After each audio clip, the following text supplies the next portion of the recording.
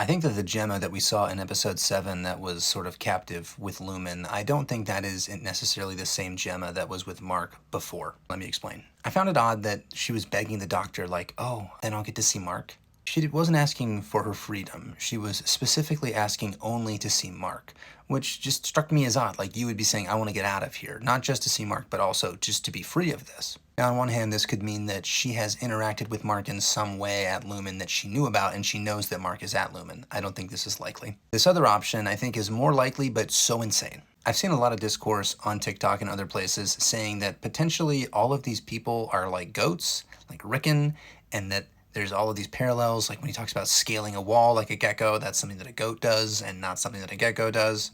We also know there are goats on the severed floor.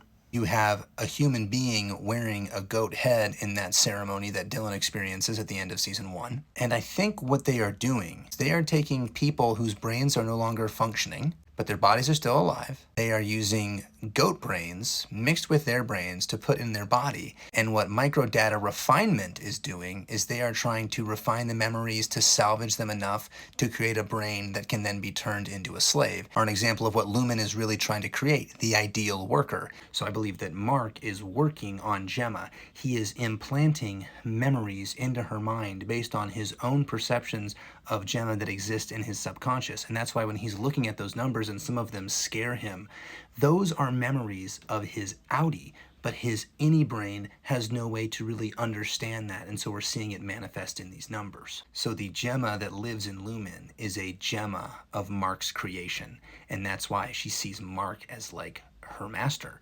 almost. Like that's why she responds, and I will get to see Mark, instead of talking about getting out, getting freedom, having her life back. That would also explain why Mark is so good and the main worker that they are worried about having happy for Cold Harbor, because this data is directly related to Gemma, making him the ideal source.